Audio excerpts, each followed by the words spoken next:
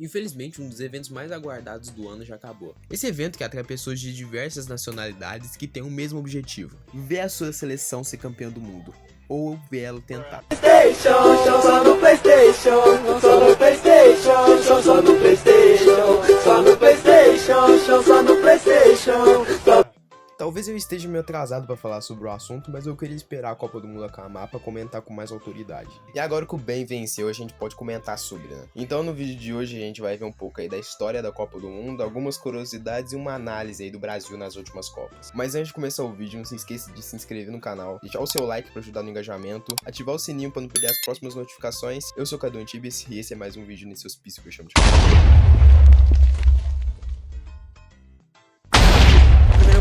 Aconteceu em 1984 no Uruguai. O país que foi escolhido como sede porque estava comemorando 100 anos de independência e porque tinha sido o último campeão olímpico. Bom, e por ser a primeira edição da Copa, poucos países participaram. Para você ter como base, na Copa de 1930 participaram 13 países, enquanto na de 2026 participaram 48. Bom, os países que participaram da Copa de 1930 foram Argentina, Bolívia, Brasil, Chile, Paraguai, Peru, Uruguai, México, Estados Unidos, Bélgica, França, Romênia e Iugoslávia, que hoje em dia não é mais um país. Que inclusive foi responsável por derrubar o Brasil nessa Copa do Mundo, que acabou caindo na fase de grupo. E essa foi a participação da amarelinha na primeira Copa do Mundo. A amarelinha que ainda não era amarela, e você vai entender o porquê logo logo. E por coincidência, a campeã dessa Copa do Mundo foi o Uruguai, metendo 4-2 na Argentina nas finais. E o artilheiro dessa Copa do Mundo foi Guilherme Stabile, que meteu 8 gols nessa edição de Copa. E infelizmente ele era argentino. Partindo para a segunda Copa do Mundo, que aconteceu em 1934 na Itália. E nessa Copa do Mundo o Brasil caiu nas oitavas de finais para Espanha. E novamente o país campeão foi o país sede, quem ganhou foi a Itália. Meio suspeito isso daí, mas tudo bem, né? E o artilheiro foi esse cara aí da Tchecoslováquia, que fez 5 gols, eu não sei falar o nome dele. Bom, a próxima Copa é que é a de 1988, que aconteceu na França. E essa é a Copa do Mundo onde os grandes começam a aparecer, né? O Brasil, que tinha um artilheiro da Copa, o Leônidas da Silva, não é o nome de taxista, que fez 7 gols nessa Copa do Mundo, acabou caindo nas semifinais pra Itália, que acabou sendo a campeã da Copa, se tornando a primeira bicampeã da história e ganhando 2 Copas seguidas, algo que só o Brasil ia conseguir replicar futuramente. Em 1942 e 1946 não teve Copa do Mundo porque tinha um cara atacando terror na Europa e não era o Cristiano Ronaldo. A gente só voltou a ter Copa em 1950, onde a sede da Copa foi onde? No país do futebol, no Brasil, que ainda não era país do futebol porque não tinha ganhado porra nenhuma. Mas essa Copa foi uma das maiores decepções pro povo brasileiro e você vai entender o porquê. O Brasil chegou na final da Copa tendo o Aldemir, um dos artilheiros da Copa, com 9 gols. E essa Copa do Mundo era uma bagunça, né? Porque não tinha final única. Era meio que uma fase de grupos ali, escolhendo os 4 melhores times da Copa, que foram aí o Brasil, a Espanha, o Uruguai e a Suécia. E até aí beleza, né? O Brasil tava passando o carro em todo mundo, né? O Brasil ganhou de 7-1 da Suécia e de 6-1 da Espanha, enquanto o Uruguai ganhou de 3-2 da Suécia e empatou em 2-2 com a Espanha. Então a tabela era o seguinte, era o Brasil com 4 pontos e o Uruguai com 3. O Brasil precisava empatar no jogo contra o Uruguai para ser campeão da Copa. Então chega a final, né? A final que foi no Maracanã, que foi construído exclusivamente para a Copa do Mundo. Aos 47 o Brasil faz 1-0. E todo mundo pensa, ganhamos, né? Só que o Brasil toma virada e acaba perdendo de 2-1. Tudo isso na frente de 200 mil pessoas. Que situação, hein? E lembra que eu falei que o Brasil não era amarelinha ainda nessa época? Bom, até nessa Copa do Mundo, o Brasil usava um uniforme azul e branco. O impacto dessa derrota foi tão grande que decidiram mudar a cor do uniforme para não se lembrar dela. Em um concurso feito em 1953 por um jornal, surgiu a icônica camisa amarela. Bom, a próxima Copa, que aconteceu em 1954 na Suíça, o Brasil foi eliminado pela Hungria nas quartas de final. A campeã foi a Alemanha Ocidental, porque pós-Segunda Guerra a Alemanha foi dividida em duas, né? Se você não sabe disso, vai estudar história, por favor. E o artilheiro da Copa foi esse jogador da Hungria, que eu não sei falar o nome, que fez 11 gols nessa edição de Copa. Agora a coisa começa a ficar boa pra gente. A Copa de 1958 na Suécia. Bom, o artilheiro da Copa foi esse jogador da França, que eu não sei pronunciar o nome, que fez 13 gols. Mas o que marcou nessa Copa mesmo foi o surgimento de um tal garoto chamado Pelé. Você é o Pelé? Não. Eu sou o Jô Soares, sua piranha. Que foi um dos protagonistas do país, ajudando a seleção a conquistar sua primeira Copa do Mundo com apenas 17 anos de idade. Que simplesmente fez 3 gols contra a França na semifinal e 2 contra a Suécia na final. É foda, rei. Tá foda. gravando? Tá gravando. Olha, você vai me desculpar, mas eu não eu sou filho de boa família, eu não falo palavrão, não.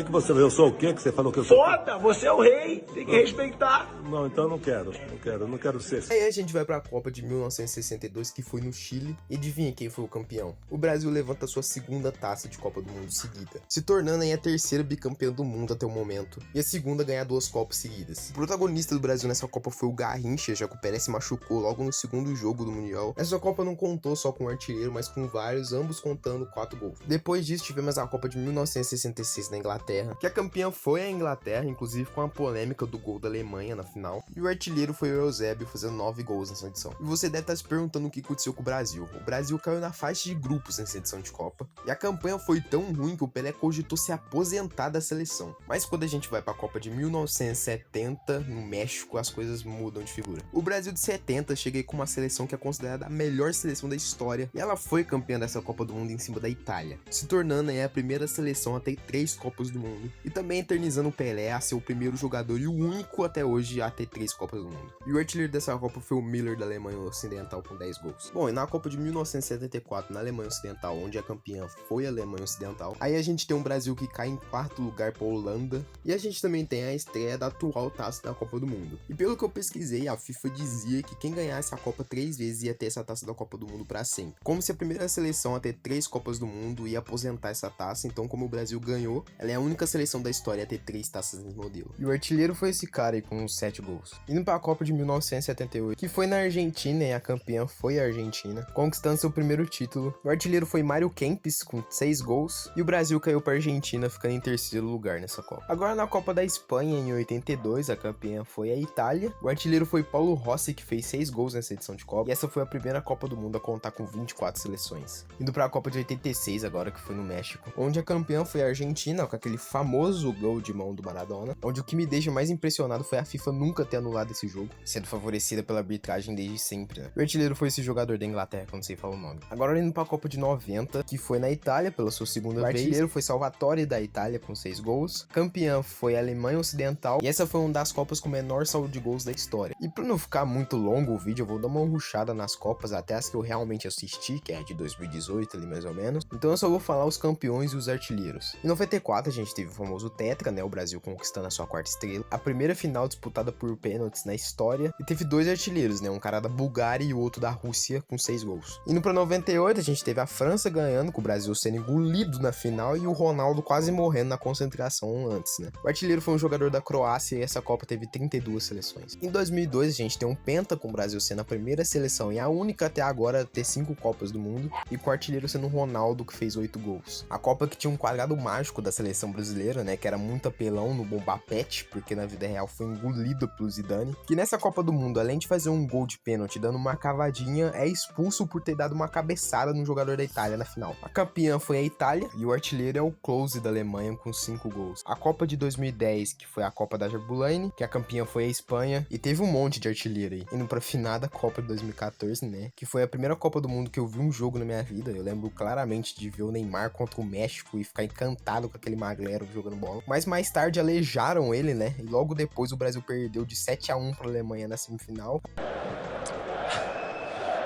Eu só queria poder dar alegria ao meu povo.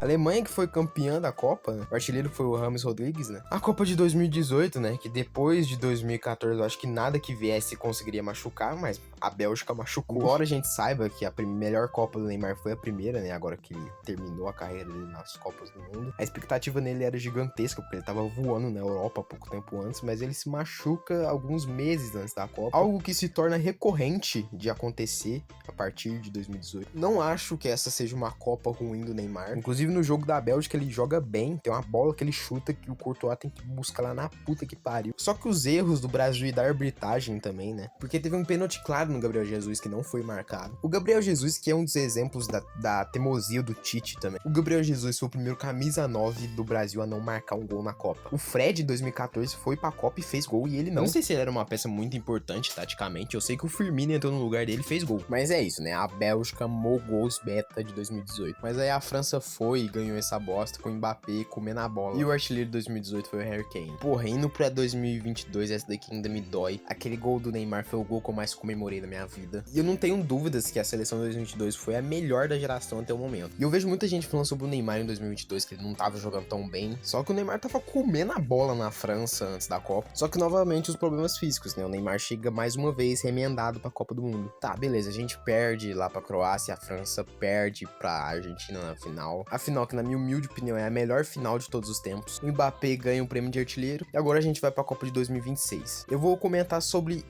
exclusivamente sobre o desempenho do Brasil na Copa. Chega Carlo Ancelotti e todo mundo pensa, agora vai. E chega um treinador de respeito. E eu fui alguém que discordou dessa decisão da seleção por alguns motivos. O primeiro de todos é a identidade. Eu nem falo em identidade pelo fato do Ancelotti ser europeu e coisa do tipo. Eu falo em identidade de jogo. O Brasil é o país do futebol arte, do joga bonito. E o Ancelotti nunca foi esse tipo de treinador, cara. Então, além disso, também tem os jogadores que dá pra ver que estão jogando ali sem vontade nenhuma, cara. São um ou outros ali que se salvam. Mas é isso, o vídeo já tá ficando meio longo e eu cansei de tanto falar já. Até o próximo vídeo.